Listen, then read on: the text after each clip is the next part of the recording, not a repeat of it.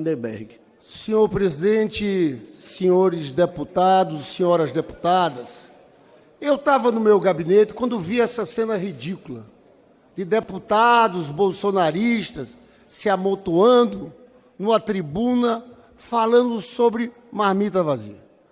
Eu, na verdade, não ia nem responder, deputado Zeca Dirceu, porque primeiro foram covardes, deixaram a ordem do dia passar, quiseram fazer na calada da noite, escondidinho, quando não tinham as lideranças mais aqui.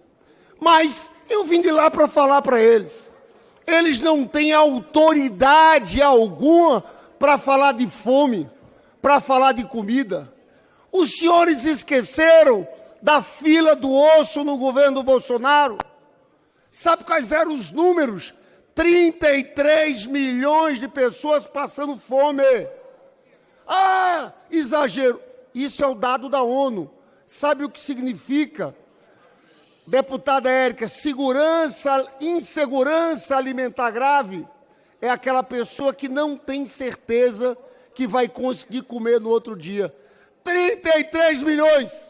Sabe quantos já saíram? 22 milhões saíram dessa condição deixada pelo governo do Bolsonaro. Qual a moral de vocês? Vocês votaram na reforma tributária contra zerar o imposto da cesta básica, senhores. Querem falar de inflação de alimentos? Sabe qual foi o número da inflação de alimentos em 4 anos do governo do Bolsonaro? 57%. 2 primeiros anos, 27%. Os 2 últimos, 21%.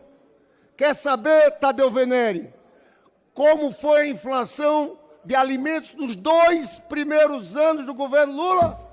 7,8%.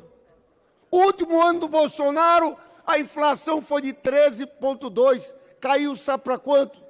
Para menos 0,52%. Esse ano teve uma inflação de 8%, menor do que a do Bolsonaro. Teve. Por quais motivos? A tragédia no Rio Grande do Sul. O Rio Grande do Sul, deputado Ivan, é um grande produtor de alimentos no país, o maior produtor de arroz. Teve por causa da seca, teve por causa do dólar. Só que nós temos um presidente que está trabalhando. Sabe o que o Lula fez? Chamou os bancos públicos, discutiu no plano safra. Vamos dar financiamento para quem planta arroz e feijão com taxa menor de 1%, Ivan Valente. A produção de arroz vai aumentar 15 pontos, 15% esse ano. A produção de feijão, 5%. E aí vem a boa notícia. A inflação, agora de janeiro, foi de 0,16%. A menor inflação desde 1994. Isso eles não falam, porque eles só sabem gritar, não têm argumentos. Agora, eu acho que os senhores estão com essa marmita para levar para o Bolsonaro na prisão. Só pode ser isso. Porque falar de corrupção, esses senhores, qual é a autoridade de vocês de vir lavar a boca com sabão? Sabe que o Bolsonaro vai ser preso pela tentativa de golpe de Estado, mas vai ser preso por corrupção. Os senhores esqueceram o roubo das joias. Aquilo é escandaloso. O depoimento do tenente-coronel Mauro Cid, está lá o pai do Mauro Cid, general Lorena, dizendo o seguinte, que entregou o dinheiro em mãos para o Bolsonaro. Os senhores querem mais? Eu vi aqui, e eu já passo o recado para os senhores, falando de um pacote anti-Janja. Nós não temos preocupação nenhuma com a Janja. Mas sabe qual é o requerimento que eu vou apresentar? De informação de um relatório da Polícia Federal. Tudo gravado, as mensagens. Teve uma hora, as contas de Michele Bolsonaro eram pagas com dinheiro da rachadinha e dinheiro de corrupção. Tem até o nome de uma empresa que tinha contrato da Codevasp, Cedro do Líbano.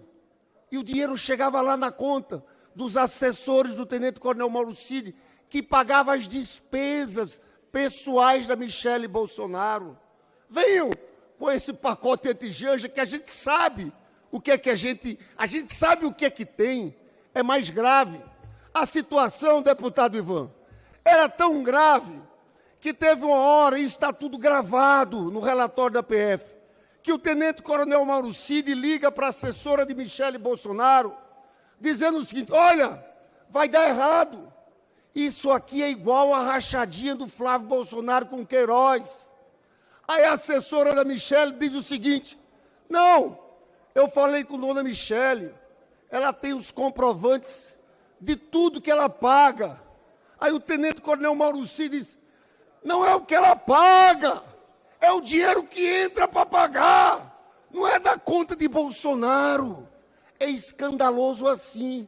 Aí esses senhores vêm gritar com a marmita na mão. Qual autoridade? Podem se preparar. Encham essa marmita, porque nós somos humanistas. Levem bastante comida para Jair Bolsonaro, porque antes do Carnaval, a Procuradoria-Geral da República vai denunciar essa turma. Rubem Júnior, você esteve na comissão daquele 8 de janeiro. Eles dizem que era uma turma, são senhoras que estavam naquele negócio e foram presas. O ministro Barroso, ele deu uma entrevista dizendo o seguinte, que ofereceram acordo de não persecução penal, ou seja, as pessoas seriam soltas desde que fizessem duas coisas: 2 anos sem rede social e um curso sobre democracia. 90% não aceitou, porque são radicais que estão envolvidos naquele projeto. E a gente sabe que o 8 de janeiro não está separado da minuta do golpe. Basta ver o depoimento do comandante do Exército da Aeronáutica do próprio Bolsonaro confirmando tudo. A Operação Punhal Verde e Amarelo, um plano para assassinar Lula, Alckmin e Alexandre de Moraes. Tudo isso fazia parte daquele pacote. Eu encerro perguntando aos patriotas: o que é que os senhores acharam do Trump tarifar 25% o aço e o alumínio, prejudicar empregos aqui no Brasil, empresas brasileiras? Aonde está o Tarcísio, os senhores, com aquela América grande novamente? Cadê a palavra de vocês, patriotas? Falem, patriotas! Falem! Eu quero ver. Por isso que nós fizemos aquele boné, Brasil dos brasileiros. Nós vamos defender o Brasil, vamos defender as empresas brasileiras, vamos defender os empregos aqui. Mas essa turma é cínica. Em silêncio, vários jornalistas procurando o governador Tarcísio, porque foi ele e Eduardo Bolsonaro que começaram. E nada, o governador Tarcísio sumiu, não fala. E nós vamos perguntar a eles, e eu pergunto a vocês, patriotas, subam à tribuna, defendam Trump, defendam esse ataque ao nosso país, às empresas, aos empregos dos trabalhadores. Senhores, nós vamos continuar em frente. Nós temos um presidente que tem responsabilidade, tem compromisso com esse povo trabalhador, com os mais pobres. Podem ter certeza, por mais que eles gritem, esperneiem, esse Brasil de Lula vai dar certo. Obrigado pela palavra, líder Lindenberg.